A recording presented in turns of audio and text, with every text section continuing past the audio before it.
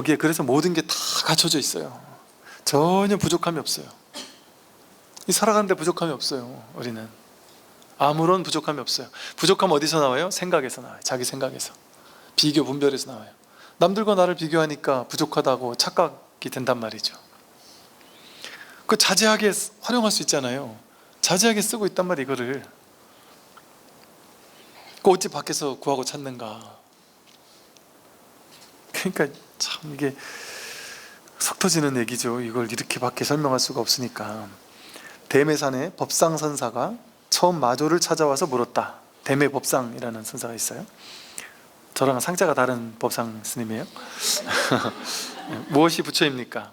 마조가 말했다. 이 마음이 바로 부처다. 즉심시불 이랬어요. 법상은 곧 크게 깨달았다. 이 정도 되는 스님들이 모였단 말이에요. 그러니까 이때는 그냥 즉심시불하면 끝났단 말이에요. 곧바로 그 마음이 부처다. 이게 이제 이 대매법상도 처음 그냥 쫄래쫄래 절에 갔다가 무엇이 부처입니까? 즉심시불 이러니까 바로 깨달았겠어요. 이 사건이 일어나기, 이 문답이 일어나기 전에 수십 년을 이 스님 저 스님 찾아다니면서 뭐가 부처입니까? 아무리 얘기해도 이게 부처인데, 네가 부처인데, 마음이 부처야. 아무리 설명해도 모르니까 막 속 뒤집어지고 속 터지고 막 깝깝하고 얼마나 미치게 썼을까요? 그런 세월을 보내다가 문득 한번 똑같이 또 묻는단 말이에요. 무엇이 부처입니까? 즉심시불. 여기서 한번 문득, 그래서 이게 문득이라고 하는 거예요. 이거 한번 확인할 때는 문득이에요. 문득 이러고 온다니까요. 특정한 모습으로 오진 않아요. 그 모양은 그냥 왔다 가는 거라서 모양은 상관없어요. 그건 없다라 달라요. 많이 꽉 막혔던 사람은 체험이 세게 올 수도 있고, 그렇지 않은 사람은 가볍게 올 수도 있고, 그거랑은 상관없이. 분주 무업선사가 마조를 찾아왔을 때 마조는 그 풍채가 좋고 목소리가 종소리처럼 우렁찬 것을 보고 말했다. 몸은 당당한 불당인데 그 속에 부처가 없구나. 여러분이 그래요. 여러분 전부 다 당당한 불당이잖아요. 이게 뭐 등치가 큰 건 뭐 강호동처럼 등치가 커야만 당당한 불당이 아니라, 여러분 요만한 키를 가지고도 당당한 불당이라니까요. 지금 법당이라니까. 이게 법당이라니까요. 자기 몸이 법당이에요. 왜? 여기 부처가 있으니까.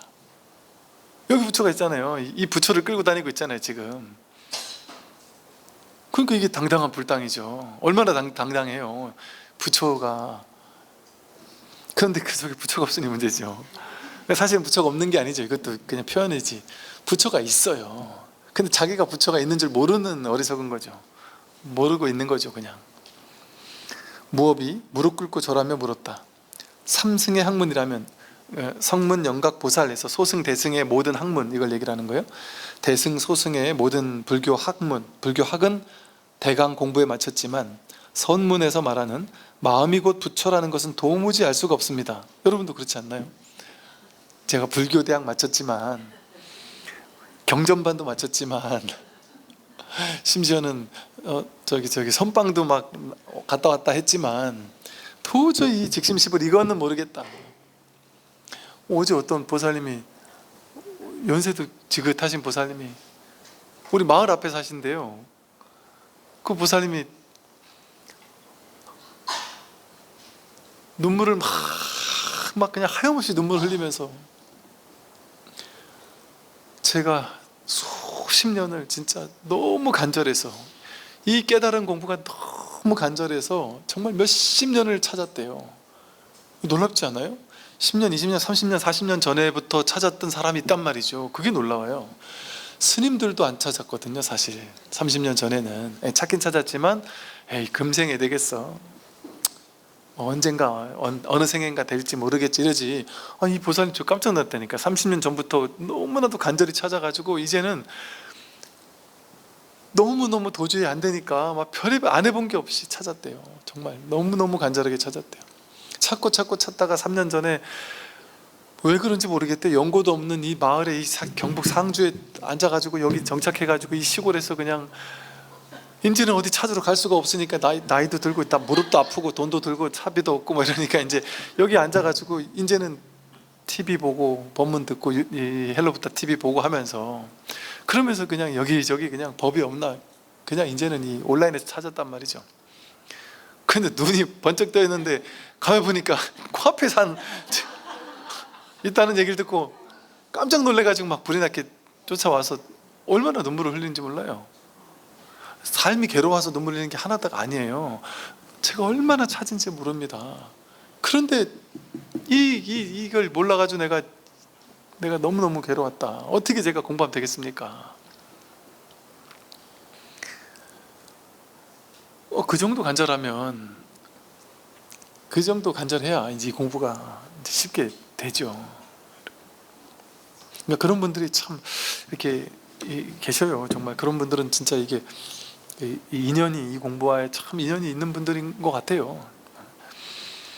마찬가지죠. 우리도 이렇게 삼승의 학문도 마치고 뭐 이것도 하고 저것도 하고 다 해 마쳤지만, 절에 30년 다니고 연불, 기도, 독경, 뭐 다란이, 뭐 삼천배, 뭐 봉정암, 뭐 여기저기 다 다녀봤잖아요. 뭐 여기저기 막 다 해봤지만, 아니 마음이 붙여, 이건 제가 모르겠습니다. 이거 하나 모르겠잖아요. 몇십 년을 해도 모르겠단 말이에요. 그때 뭐라 하시냐면, 다만 알지 못하는 그 마음이 곧 이것이다. 안다 하는 마음은 요만큼이라도 있으면 그건 다 어긋난 거예요. 내가 안다 하는 게 있으면 전부 다 어긋난단 말이에요. 근데 완전히 모르겠다, 진짜 하나도 모르겠다, 이거에 대해서는 내 진짜 1도 모르겠다, 하나도 모르겠다, 그게 이 마음이에요. 알 것 같은 마음, 뭔가 이렇게 하면 알겠지 하는 마음, 이 마음이 1이라도 남아있으면 그거는 분별이잖아요. 근데 그냥 오직 모를 뿐이에요. 완전 알 게 하나도 없다는, 오직 모를 뿐, 완전히 모름에 사무치는. 그러면 곧장 이거예요. 오직 모르니까 한 생각도 일으킬 게 없어요. 내가 아는 게 하나도 없단 말이에요. 완전히 몰라보세요. 그냥 하나도 한 생각 일으키지 않고 완전히 깜깜해서 완전히 몰라보세요. 그거 저절로 이거죠. 근데 조금이라도 알미 돌아가 버리면 여기서 확인이 안 되는, 개합이 안 된단 말이에요. 근데 완전히 확 모르겠으면, 완전히 그냥 한 생각도 일으키지 않고 완전히 모르겠으면, 오직 모르는, 그때 여기서 개합한다니까요. 왜? 이것뿐이니까. 아니 명백하게 지금 이것뿐이잖아요. 근데 지금 생각이 있으니까 생각을 굴리니까, 왜 저게 이것뿐이지? 이렇게 생각을 굴리니까 안 되는 거예요. 그 생각 없으면 그냥 이것뿐이잖아요. 지금 뭐가 있어요?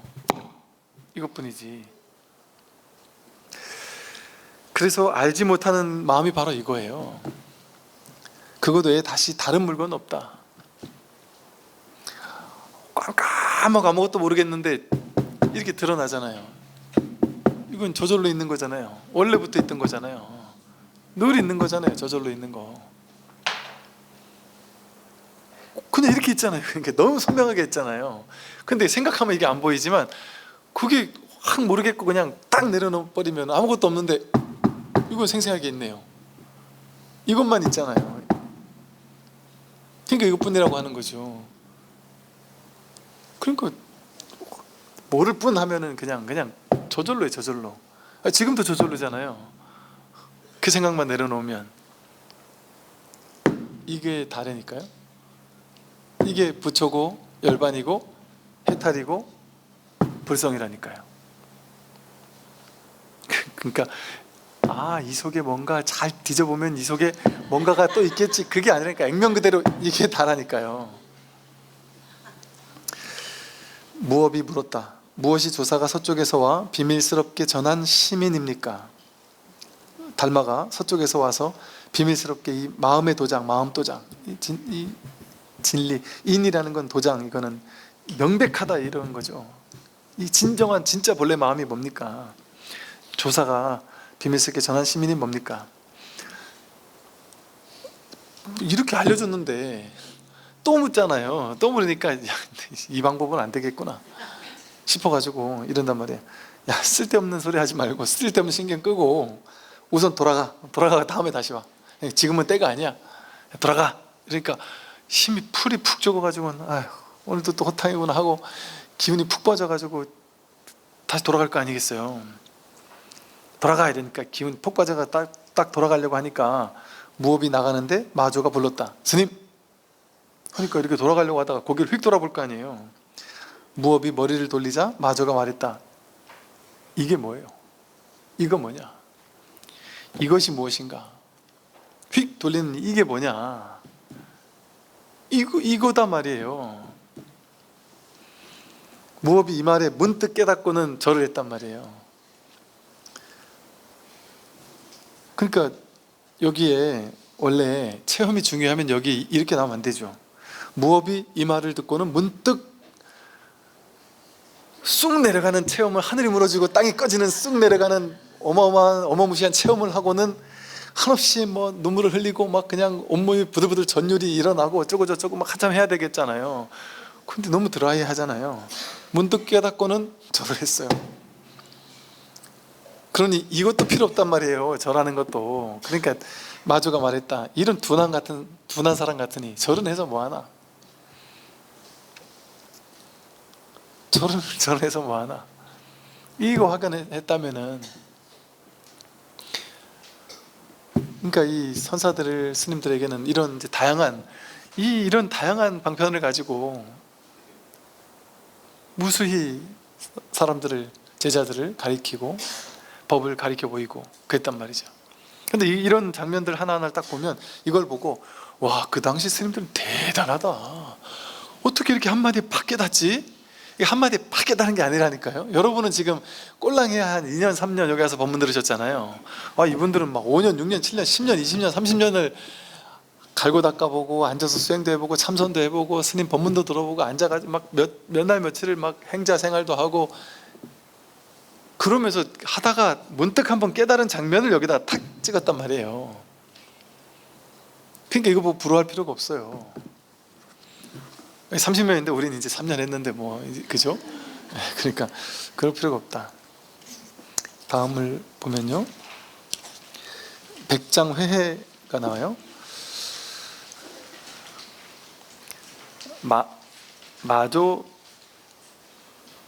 마조의 제자가 백장이에요. 마조의 제자가 백장.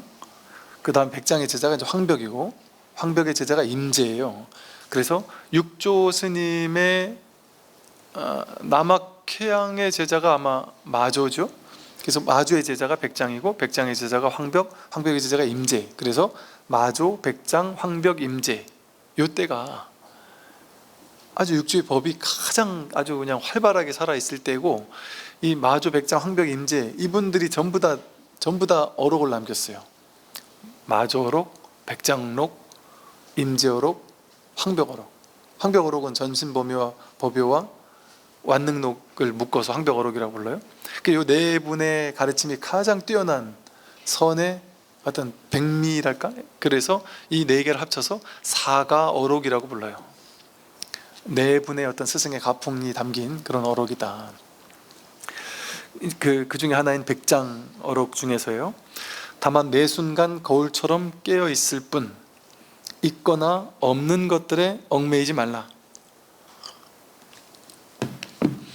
있거나 없는 것들에 왜 얽매이지 말라 그랬을까요?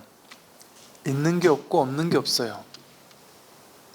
그냥 이게 있는 게 아니에요. 그런데 이렇게 거울처럼 비추죠. 거울처럼 깨어 있어요. 그냥 거울처럼 깨어 있잖아요. 근데 이걸 가지고 소리가 있니, 그 소리는 무슨 데시벨로 울리고 있느니, 이런 식의 분별을 따라가서 있다커니 없다커니 하는 거, 그건 다 분별이란 말이에요. 근데 그게 딱 없으면 그냥 이 거울처럼 비추는 깨어있음만 있잖아요. 분별 따라가지 않으면. 뜰 앞에 잣나무, 분별 따라가서 있니 없니 하면 저 뜰 앞에 있는 저 잣나무, 저기 저 있는 거 저거 이렇게 위치가 있고 저게 있고 이게 있고 없고가 있고 이렇게 되잖아요. 분별되잖아요. 그 분별 말고요.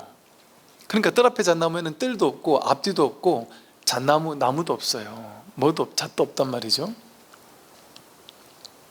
뭣도 없단 말이죠. 있다 없다 할 게 없어요. 그냥 뜰 앞에 잣나무 이거죠. 거울이 무엇이 나타나도 그냥 이렇게 비추듯이 여러분이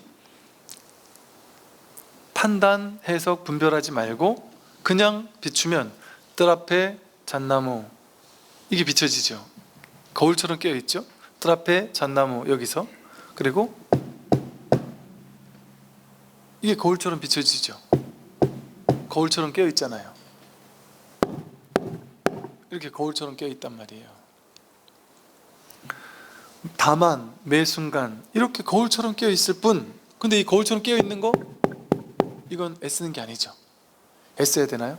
내가 깨어있기 위해 노력해야 되나요? 여러분 이 소리 듣기 위해서 막 긴장하고 노력하고 참선하고 앉아야 됐나요? 듣지 말아 보세요. 듣지 마시라니까요. 자꾸 듣지 마시라고요? 안 되잖아요. 저절로잖아요. 그냥 본래잖아요. 애쓰는 게 하나도 없잖아요. 유의 조작이 하나도 없잖아요. 그냥 저절로 갖춰져 있는 거잖아요. 본래 있는 거잖아요. 애쓸 거 하나도 없이. 뜰 앞에 잣나무, 애쓸 게 하나도 없어요. 그냥 뜰 앞에 잣나무 똑같은 거라니까요. 근데 분별하면 뜰 앞에 잣나무는 스님 말이 됩니까? 뜰 앞에 잣나무는 말이고 뜰 앞에 있는 잣나무고 이건 이런 소리인데 이게 어떻게 같습니까? 이렇게 얘기를 하는 건 분별 따라간 거죠. 그럼 분별 따라가지 않으면 그냥 이렇게 매 순간 거울처럼 깨어있을 뿐이에요. 근데 거울처럼 깨어있는 건 애쓰는 게 아니에요. 그냥 저절로지. 근데 있거나 없는 것들에 얽매이는 건 분별이 하는 거란 말이에요. 얽매이기도 하고 얽매이지 않기도 하고 덜 얽매이기도 하고 많이 얽매이기도 하고 있다라에 얽매이기도 하고 없다에 얽매이기도 하고 있는 것을 좋다고 생각해서 좋게 있는 것을 집착하고 싫게 있는 것을 미워하고 거부하고 그런 식으로 분별을 몰아가니까 이 세상 모든 것들을 실제 있는 거 없는 걸로 이렇게 막 만들어 놓잖아요. 세상엔 있지만 있는 게 없어요. 그냥 거울처럼 깨어있을 뿐이에요. 이 세상 모든 것을 우리는 그냥 비추고 있잖아요. 첫 번째 자리에서 비추고 있을 뿐이잖아요. 근데 두 번째 자리 떨어지면 곧장 그걸 해석하죠. 이 손을 그냥 비추고 있을 뿐이잖아요. 거울처럼 그냥 비추고 있을 뿐이잖아요. 근데 이렇게 하면은 요즘에 이렇게 하대요. 이렇게 하고 막 이러면 하트 이렇게 생각하고 뭐 이렇게 하면은 손가락 여기다 이렇게 해석하잖아요. 이 손에는 아무 일이 없잖아요. 좋은 것도 아니고 나쁜 것도 아니고 아무 해석이 없어요. 그냥 비추잖아요. 비추는데 뭔 의미가 있어요? 이거나 아무 상관, 이거나 똑같단 말이에요. 비추는 이 자리에서는 이렇게 깨어있는 거예요. 이게 깨어있는 거예요. 해석, 판단, 분별 쫓아가지 않고. 말을 했다 하면 관역이 생기는 것과 같아 화살을 부르니 거울처럼 깨어있다고 말해도 도리어 옳지 않다. 말을 했다 하면은 관역이 생긴다는 건 뭐예요? 관역이 있으면 관역에다가 사람이 화살을 쏠 거 아니에요. 말을 했다 하면 그 말이 관역이 돼가지고 누군가가 나를 쏜단 말이에요. 화살로 쏜단 말이에요. 욕먹는단 말이에요. 그 화살을 쏜다는 건 뭐예요? 잘못했다 이거예요. 너가 잘못했다. 잘못한 것에 대해서 한 방 맞을 거 아니에요. 뭔가 그 올바른 안목을 갖춘 사람이 잘못한 게 있으면 그걸 가지고 한 대 쿠사리도 주고 뭐라고 한마디 할 거 아니에요. 그걸 화살을 부른단 말이죠. 화살이 나를 쏘게 된단 말이죠. 나를 쏴서 죽는다는 거잖아요. 그게 뭔 말이겠어요? 말을 했다 하면 그건 다 틀린 말이란 말이에요. 말을 했다 하면 전부 다 틀린 말이에요. 여러분 입장에서는 제 말을 쥐어가지고 이게 진짜 뭔가 실체가 있는다고 생각해서 이 말을 고지고대로 쥐어버리면 그건 다 틀린 거예요. 그건 화살을 불러요. 관역을 만들어내가지고 누군가 그 무슨 말이에요? 화살이 나를 찌를 거예요. 즉 여러분이 이제 와서 법문을 듣고는 법문을 잘 기억하고 정리하고 막 받아 적고 해가지고 머릿속에 딱 지침으로 삼고 이래가지고 누군가 안목 있는 사람한테 가가지고 내가 이런 거 배웠다 하고 이게 법이다 하고 이거 뭐 막 얘기를 하면 아무리 깔끔하게 말을 해도 그 안목 있는 사람한테 화살 맞아요. 칼 맞는단 말이에요. 칼침 맞는단 말이에요. 화살을 맞아요. 그러니까 부처님 뭐라 하셨어요? 평생 법문하셨지만 80년을 법문하셨지만 80년까지는 아니지만 그 평생을 법문하셨지만 나는 한 법도 설한 바가 없다. 너희들도 말에 끄달려서 이 말을 들으면 안 된다. 말을 했는데 말한 게 없다. 스님들이 말을 했는데 말한 게 없다니까요.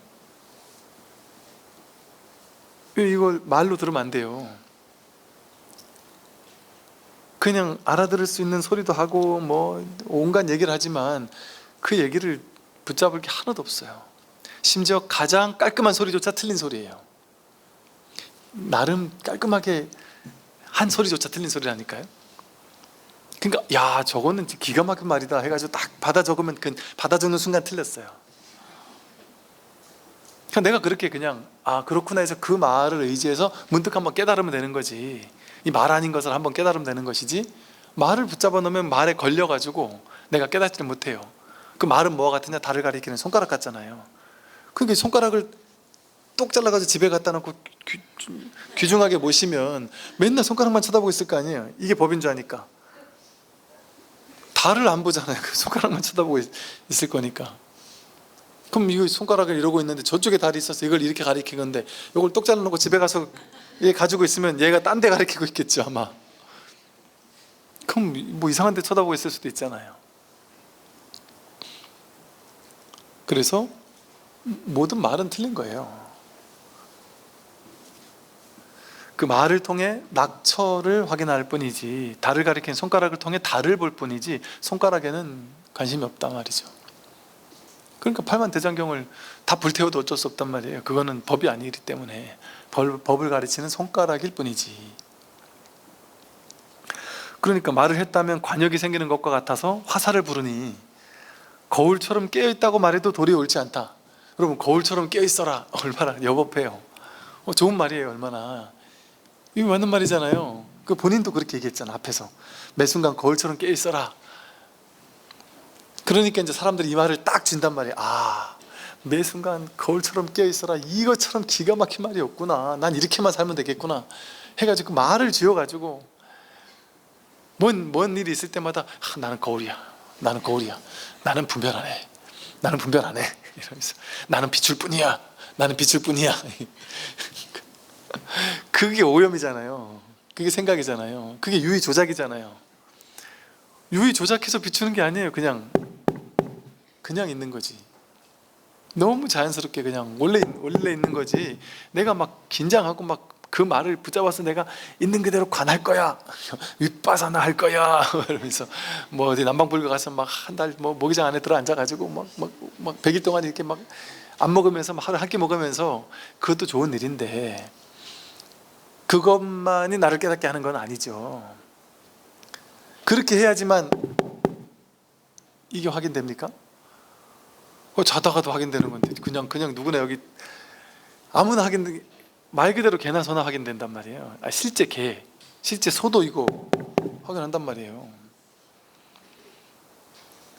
그러니 유의 조작하는 게 아니다. 그러니까 유의 조작하기 위한 온갖 수행 방법들, 그러니까 수행이라는 건 가장 순수한 거라서 함이 없이 해야 되는 거지, 수행법을 구조화시키고 체계화시키잖아요.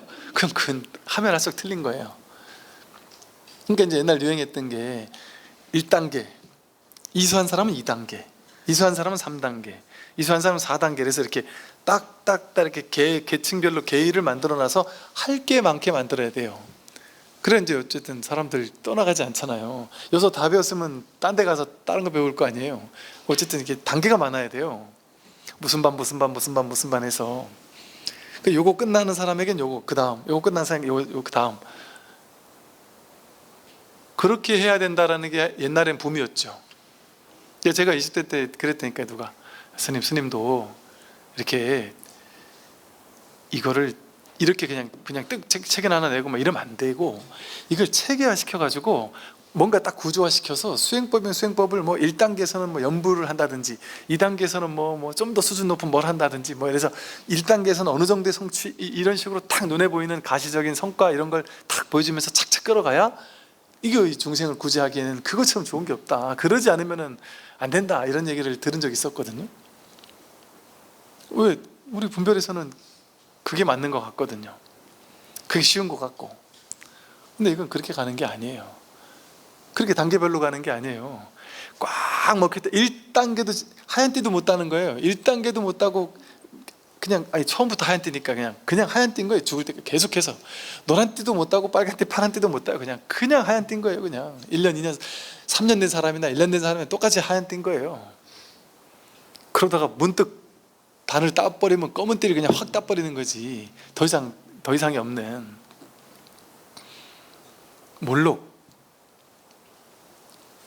그 1초직입 열애지 하는 거예요. 1초에 그냥 문득 곧바로 열애 지위에 들어가는 거다. 그래서 아무리 훌륭한 말도 여기서 말한 것처럼 거울처럼 깨어있다고 해도 돌이 옳지 않다. 그게 또 이렇게 말하기도 하죠. 스승이 나는 거울처럼 깨어있어라 라고 말한다. 근데 너희는 그 거울처럼 깨어있어를 쥐면 안 된다. 그러면서 나는 해도 되고 너는 해도 안 돼. 이런 식으로 표현한단 말이에요. 방편을 자유자재로 쓰는 사람은 그 방편을 쓰는 거로 쓰니까 본인이 거기 끌려다니지 않으면서 그냥 임시로 쓰는 거잖아요. 근데 그걸 받는 사람은 그거를 스승의 말이니까 애지중지하고는 그냥 꽉 쥐려고 받는단 말이죠. 그러면 그건 틀렸다. 이런 식으로 설명을 하기도 한다. 만약 매 순간 거울처럼 깨어있음을 굳게 지키려고 한다면 이 역시 마구니의 말과 같고 자연외도의 말과 같다. 그 자기식대로 해석하니까 거울처럼 깨어있음을 굳게 지키는 그 자체가 그걸 하나 딱 그림 그려놓고는 뭔가 경계가 올 때 그걸 그림 그려놓고 그것대로 뭔가 막 조작해가지고 그거를 실천하려고 막 길을 쓴단 말이에요.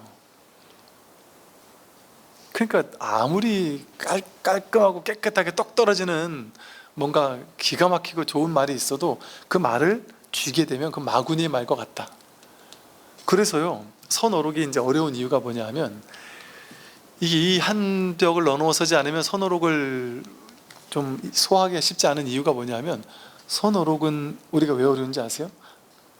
선어록은요 쉽게 말해 경전이나 교과서 같은 데서는 뭐냐 하면 옳은 말을 하잖아요. 옳은 말을 하잖아요. 처음부터 끝까지 옳은 말을 하잖아요.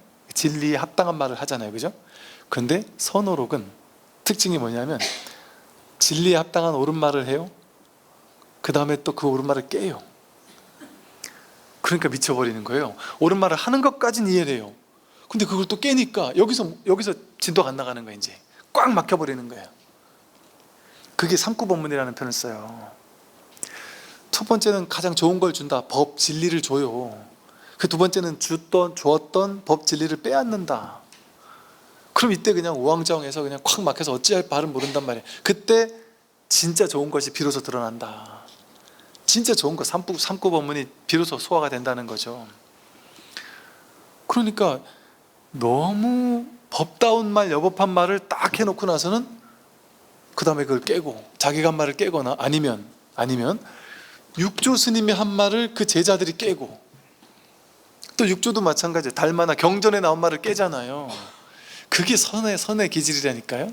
그게 부처라 해도 상관없어요. 부처의 말을 깬다니까요. 자기 스승의 말을 깬다니까요. 근데 그게 깨는 게 아니라 진짜 더 드러내는 거잖아요.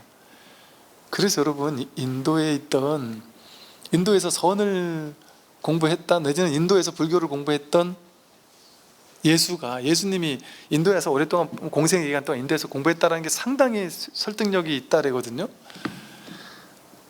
예수님의 신학성서를 보면 어때요? 하나님은 이렇게 말씀하신다. 그러나 나는 이렇게 얘기한다 하고 그걸 전면 깨뜨려 버려요. 그게 신약의 독특함이잖아요.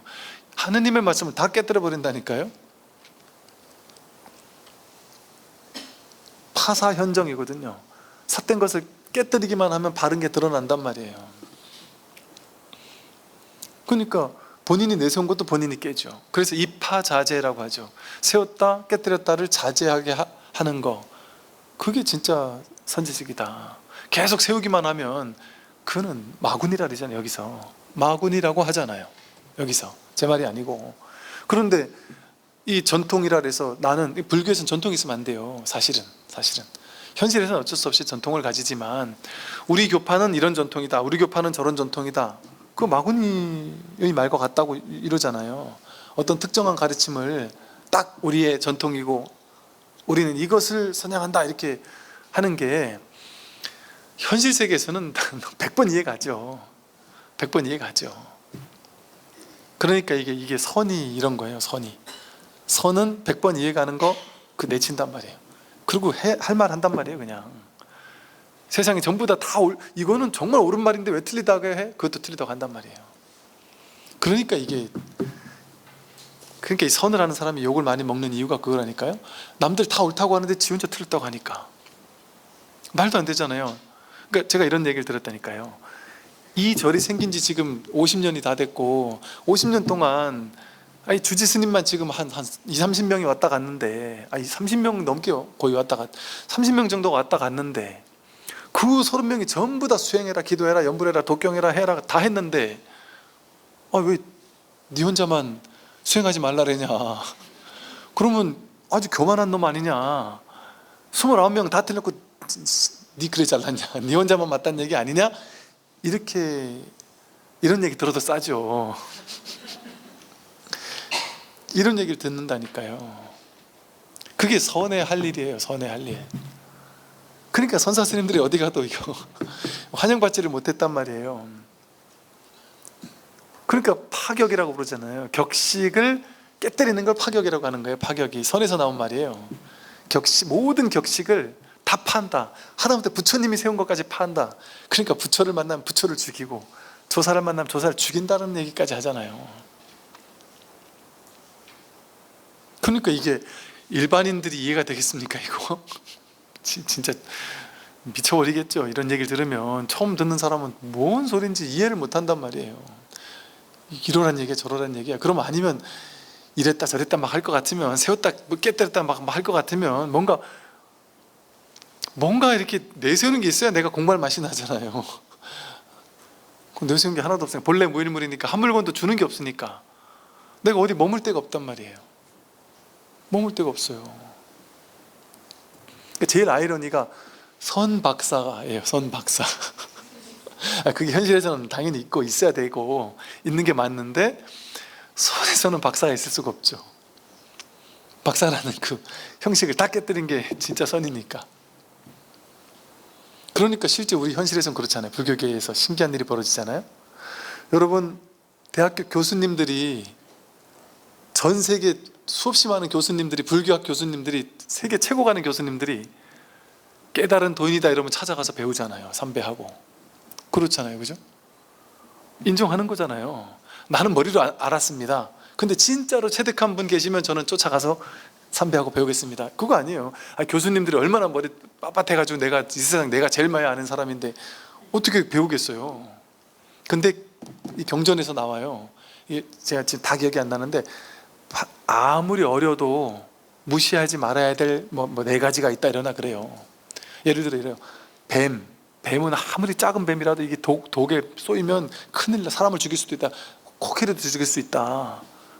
뱀이 작다고 무시해서는 안 된다 이런 식으로 말하면서 몇 가지 비유를 들면서 스님, 공부한 꼭 스님이 아니라 공부한 수행자는 그 사람이 아무리 작든 공부를 적게 했든 공부한 시간이 짧든 함부로 해서는 안 된다.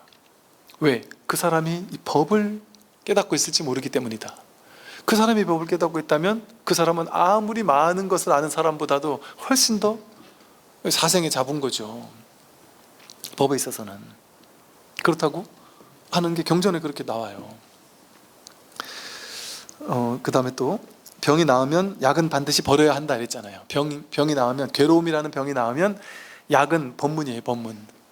온갖 수행 방법, 팔만 대장경이 전부 다 약이에요. 그 약은 버려야 되는 거예요. 왜 그럴까요? 무슨 병도 낫게 할 수 있는 특효약을 지을 필요가 없어요. 우리 증문즉설 이렇게 얘기하듯이 무슨 병이라도 가져오면 막 다 얘기할 수 있는 약이 자기에게 구족되어 있는데 이제 더 이상 약이 필요가 없죠. 그 사람은 자기라는 존재가 그대로 약이니까. 법문을 통해서 응병여약이라고 해서 괴로움이 병이 있는 사람에게 적절한 약을 줄 수 있는 힘이 있으니까, 지혜가 있으니까 그 사람은 이제 따로 대장경을 끌고 다닐 필요가 없어요. 다 불태워버려도 상관없어요. 팔만 대장경이 내 마음에 비친 그림자를 그냥 글로 쓴 거거든요. 이게 쭉정이란 말이에요. 이 마음을 깨닫고 나면 마음을 이렇게도 써보고 저렇게도 써본 게 뭔 의미가 있겠어요? 내가 막 화룡자지하게 할 수 있는데 100년, 1000년, 100가지, 1000가지 물어봐도 다 얘기를 할 수 있는데 마음에 이걸 그래서 관심석이라고 한다 그랬죠. 관심석. 마음을 관한 것을 통해서 주석을 붙이는 거예요. 그럼 무슨 말을 하든 다 마음을 가지고 해설하는 거예요. 그러니까 끝도 없죠. 이 법문을 다 배우리다. 법문이 한도 끝도 없지만 다 배우겠습니다 이 말이잖아요. 왜 법문이 한도 끝도 없을까요? 다른 거는 박사학위라도 얼만큼만 배우면 끝나잖아요. 근데 법문은 끝이 없다니까요. 한마디도 할 게 없어서 그래요. 그러니까 하려고 보면 끝도 없어요. 왜 그럴까요? 중생의 번뇌가 끝도 없으니까 그 번뇌에 맞춰서 번뇌를 깨뜨려주는 말도 끝도 없죠. 그러니까 중생의 정말 별의별 고민이 다 있잖아요. 별의별 근심 걱정이 다 있잖아요. 거기 맞춰서 그 사람 근심 깨주고 그 사람 근심 깨주고 이걸 법이라고 했잖아요. 그러니까 중생의 번뇌 개수만큼 법문이 있는 거죠. 그러나 그 모든 법문이 전부 다 하나의 법문이에요. 이게 진짜 놀라운 얘기예요. 저 이제 한참 공부할 때 이런 얘기를 들을 때 너무너무 막 마음에서 부럽고 뭐랄까 너무너무 정말 그렇게 되고 싶고, 와 정말 제가 처음 출가해가지고 얼마 안 있다가 법회 때 설법을 했던 은사 스님께서 설법을 해라 해가지고 설법을 했던 게 처음 했던 게 제가 반야신경 강의였거든요. 그 서울 서초동의 대성사에서 새벽 예불 나오는 분들 한 30명 20명 나왔어요. 그분들하고 앉아가지고 법회 끝나고 예불 끝나고 1시간 예불하고 앉아가지고 30분씩 반야신경 강의를 했어요. 그리고 제가 반야신경 강의하기 전에 이거를 해설을 써가지고 A4용지 나눠줘가지고 했다니까요. 그때 제 대학교 4학년 때죠. 그래가지고 그 원고를 계속 가지고 있다가 한 10년 넘게 있다가 반야신경과 마음공부라는 책으로 나온 거예요. 근데 그 책을 나올 때도 제가 이거는 책으로 내기는 너무 부족하다 싶어서 하도 출판사에서 얘기를 하길래 원고 이미 쓴 게 하나 있긴 한데 그거는 제가 손을 좀 많이 봐야 돼서 그랬더니 손은 나중에 보시고 일단 책으로 내시죠 하도 그래가지고 정말 어쩔 수 없이 울며 겨자 먹기로 냈단 말이에요. 제일 마음에 안 드는 책이었단 말이에요. 근데 제 수많은 책 중에 그거 하나만 무슨 상을 줬더라고요. 올해의 불설 해가지고 대학교 4학년짜리가 쓴 책이 뭐 그렇게 볼 게 있겠다고. 근데 가보니까 제가 모르니까 교리적으로 쓴 거예요. 교리에 어긋나는 말 하나도 안 쓴 거예요. 내가 모르니까 아는 거 이게 틀린 말 쓰면 안 되잖아요. 그러니까 내 견해를 안 쓰고 그냥 교리적인 교과서적인 얘기를 썼던 거죠. 그러니까 이제 그게 어찌 보면 일반적으로는 그것도 그 나름의 또 필요성이 있는가 보죠 아마. 그래서 지금도 그 책을 좀 절판을 하자고 아무리 해도 출판사에서도 절판 안 하고 제가 그거 절판하려고 하도 부끄러워서 반야신경과 성공부라는 책을 다시 썼어요. 전면. 근데 그걸 쓰고 나서 이거는 그냥 학생용으로 교과서용으로 그냥 놔두면 안 될까 해가지고 그 두 개가 있는 거예요. 그러니까 참 지금 못 읽겠다니까요. 근데 이제 우리 군인들한테는 또 그게 또 나름 그게 낫다래더라고요. 군인들은. 그러니까 이게 젊은 사람들한테는 그냥 모르는 사람들한테는 교과서적으로 그렇게 놔둔 거죠. 부처라는 견해도 만들지 말라. 부처는 중생을 위한 처방한 약인데 병이 없으면 약을 먹을 필요가 없다. 부처 그런 거 없습니다. 부처는 뭐를 부처라고 했느냐?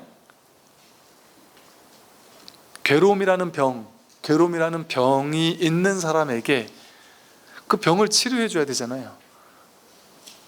병을 치료하면 병이 낫겠죠? 병이 낫고 나는 것은 괴로움이 없어진다는 소리죠. 그러니까 병이 있는 사람에게만 병을 낫게 해주는 거예요. 그럼 병을 나은 사람을 일러서 부처 이렇게 이름 붙여본 거예요. 그냥 이름 붙여본 거예요. 아무것도 아니잖아요. 부처가. 우리같이 여기도 아프고 저기도 아프고 막 이렇게 여기저기 막 아픈 사람한테는 건강이 되게 중요하잖아요. 근데 20대 쌩쌩해가지고 건강이 찾을 필요가 없을 만큼 쌩쌩한 친구들은 아무리 뭐 안 좋은 음식을 먹어도 끄떡없는 친구들한테는 우리가 꼰대란 말이에요. 우리 말을 들을 필요가 없어요. 너무 건강하니까. 그런 말 듣고 싶지가 않아요. 약을 먹고 싶지가 않아요. 왜? 우리는 아프니까 지금 이렇게 해야 된다 저렇게 해야 된다 하고 막 문자로 무슨 건강하는 몇 가지 방법해서 막 카톡 링크 막 보내주잖아요. 유튜브 링크. 아들 딸한테. 아들 딸 맨날 씹잖아요. 그럼 화가 나잖아요. 그럼 왜 이럴까? 왜 이렇게 연세 드신 분은 하나같이 똑같이 이런 걸 보내실까 싶잖아요. 걔네들은 그렇단 말이에요. 근데 이걸 보고 호응해주는 사람은 뭔가 몸이 좀 안 좋은 사람인 거예요. 너무 건강한 사람은 절대 호응 안 해요. 아프지 않으니까 약이 필요가 없어요. 나한테는 약인데 걔한테는 약이 아니에요. 짜증나는 일이지. 그러니까 그렇게 안 아픈 사람은 어떠겠어요? 나는 건강해를 막 행복해서 막 건강해 죽겠어요? 아니에요. 그냥 그냥 사는 거지. 건강한 몸을 가지고 공부도 하고 일도 하고 회사 다니고 자기 할 일 하는 거잖아요. 그냥 자기 할 일 할 뿐이에요. 건강하게. 근데 건강하다고 해서 나는 건강한 거 하나는 정말 내가 타고나서 너무너무 하늘에 감사하고 어쩌고 이런 말 안 한단 말이에요. 당연하다고 여기지. 근데 우리에게는 아파서 죽을 것 같은 사람이 죽다가 살아났단 말이에요. 그러면 죽을 것 같은 사람에게는 나를 건강하게만 해주면 뭐라도 줄 수 있을까요? 대기업 회장이 내가 내일 죽을 것 같은데 나를 완전히 건강하게만 해준다면 전 재산이라도 안 줄까요? 내일 죽을 사람인데 전 재산이라도 주겠다고 하겠죠. 그만큼 위대한 거죠. 건강해지는 건 놀라운 일이죠. 즉 그렇게 많이 아픈 사람에게는 건강이 부처인 거예요. 부처라고 할 만큼 위대한 거라니까요. 그러니까 괴로운 사람에게는 괴로움을 해결하는 것, 사성제, 괴로움과 괴로움의 소멸이잖아요. 괴로움 소멸이 부처예요. 괴로운 사람에게는. 근데 괴로움 없는 사람에게는 부처가 필요가 없어요. 괴로움을 소멸할 필요가 없으니까. 그러니까 괴로운 사람에게 약처방으로서 부처를 만들어 놓은 거예요. 임시로. 그러니까 건강하고 나면 부처를 따로 찾을 게 없어요. 진짜 건강해지면. 그러니까 부처도 없는 거죠. 부처가 따로 없어요. 그랬을 때 부처가 없는 사람이 진짜 부처인 거예요. 나는 부처야 이런 사이비 외도예요. 나는 도인이야. 너희들은 중생이지 나는 도인이야. 나한테 다 물어봐. 난 다 알아. 너희들은 모르지 하면서 뭐 미래를 막 알 것처럼 막 얘기하고 뭔가 막 너희들 모르는 거 나는 알고 있다 하는 것처럼 얘기하면서 나에게 뭔가 모를 신비한 뭔가가 나에겐 있다. 너희들은 없지 하는 사람. 이건 100% 사이비예요. 그러니까 너무 쉽죠. 사이비 찾기가. 다 그러니까. 다 그러잖아요.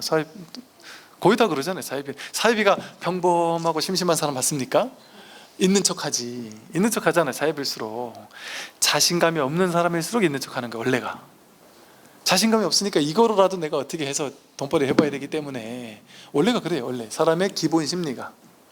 어떤 사람과 비슷하냐면요, 여러분 이제 돈 많이 쓰는 사람 있잖아요. 명품 막 좋아하는 사람 있잖아요. 막 좋은 걸 사가지고 입고 뭐 해가지고 나를 막 치장해야지만 되는 사람 있잖아요. 그런 사람이 어떤 사람이냐면, 그런 사람은 사실은 좀 아픈 사람이에요. 어떻게 아픈 사람이냐면 마음이 외롭고 쓸쓸하고 허기지고 텅 벽고 어딘가 기대고 의지하고 싶고 누군가에게 당당하지 못한 거예요. 누군가가 나를 무시할 것 같고 나를 미워할 것 같고 나를 사랑하지 않을 것 같아요. 내가 있어 보이지 않는다 생각하고 내가 못났다고 생각하고 자존감이 바닥을 쳐요. 그러면 너무나 공허감, 쓸쓸함, 외로움 이런 것들에 사무친단 말이에요. 그런데 삶을 살아야 되니까 어쩔 수 없이 그걸 메워야 된다고 생각해요. 이 텅 빈 것을 뭔가로 채워야 된다고 생각해요.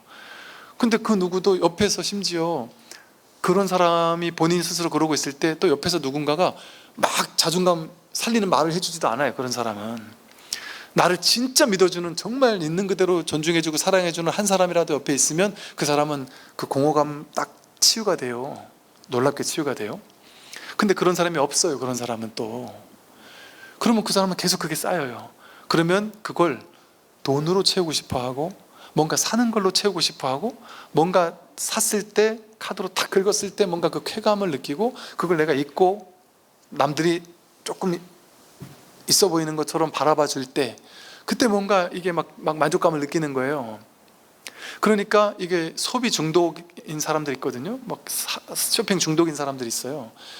그런 사람들은 집에 가서 보면 정말 이 사람이 정상이 맞나 싶을 정도로 안 쓰는데 그냥 너무 사지에 끼는 거죠. 그런데 신기하게 그러던 사람이요, 이 마음 공부를 해가지고 마음이 치유가 되잖아요. 마음이 치유가 되면 신기해요. 더 이상 옛날에 그렇게 명품하며 다니던 사람이 더 이상 명품을 찾질 않아요. 더 이상 뭔가 막 필요한 거 사질 않아요. 근데 돈이 엄청나게 생겨서 이제 더 이상 돈이 필요가 없어요. 근데 이제는 원하는 거 다 살 수 있어요. 남편이 이제는 뭐 막 사도 뭐라고 안 그래요. 그런데 내가 안 사요. 굳이 살 필요가 없는 거예요. 그럼 입으면 되는 거고 뭐 배고프면 먹으면 되는 거지. 왜 그렇게 뭐 있어 보이는 걸 먹어야 되고 뭐 비싼 차를 왜 사? 굴러가면 되는 거지. 이렇게 생각하며 산단 말이에요. 그런데도 당당하단 말이에요. 전혀 꿀릴 게 없단 말이에요. 그러니까 이런 말 있잖아요. 오히려 저 뭐 진짜 부자인 사람은 하고 다니는 거 보면 구리하게 하고 다닌다 그러잖아요. 자기가 전혀 어디 가도 뭐 꿀릴 게 없는 거예요. 그냥 그게 심리적인 요인이 그런 거거든요. 그래서 이게 뭔가 문제라고 생각하지만 그게 어떤 문제냐? 마음의 문제다. 마음의 병인 줄 알아야 돼요. 그래서 그거는 카드를 잘라버리는 걸 가지고 그 사람을 치유시키는 게 아니고 마음 공부시키면 돼요. 마음 공부시키면 상당히 많이 이제 치유가 될 수 있어요. 정말 그런 경우들도 전 너무 많이 봤고. 여기까지 오늘 말씀드리겠습니다. 정리하십시오.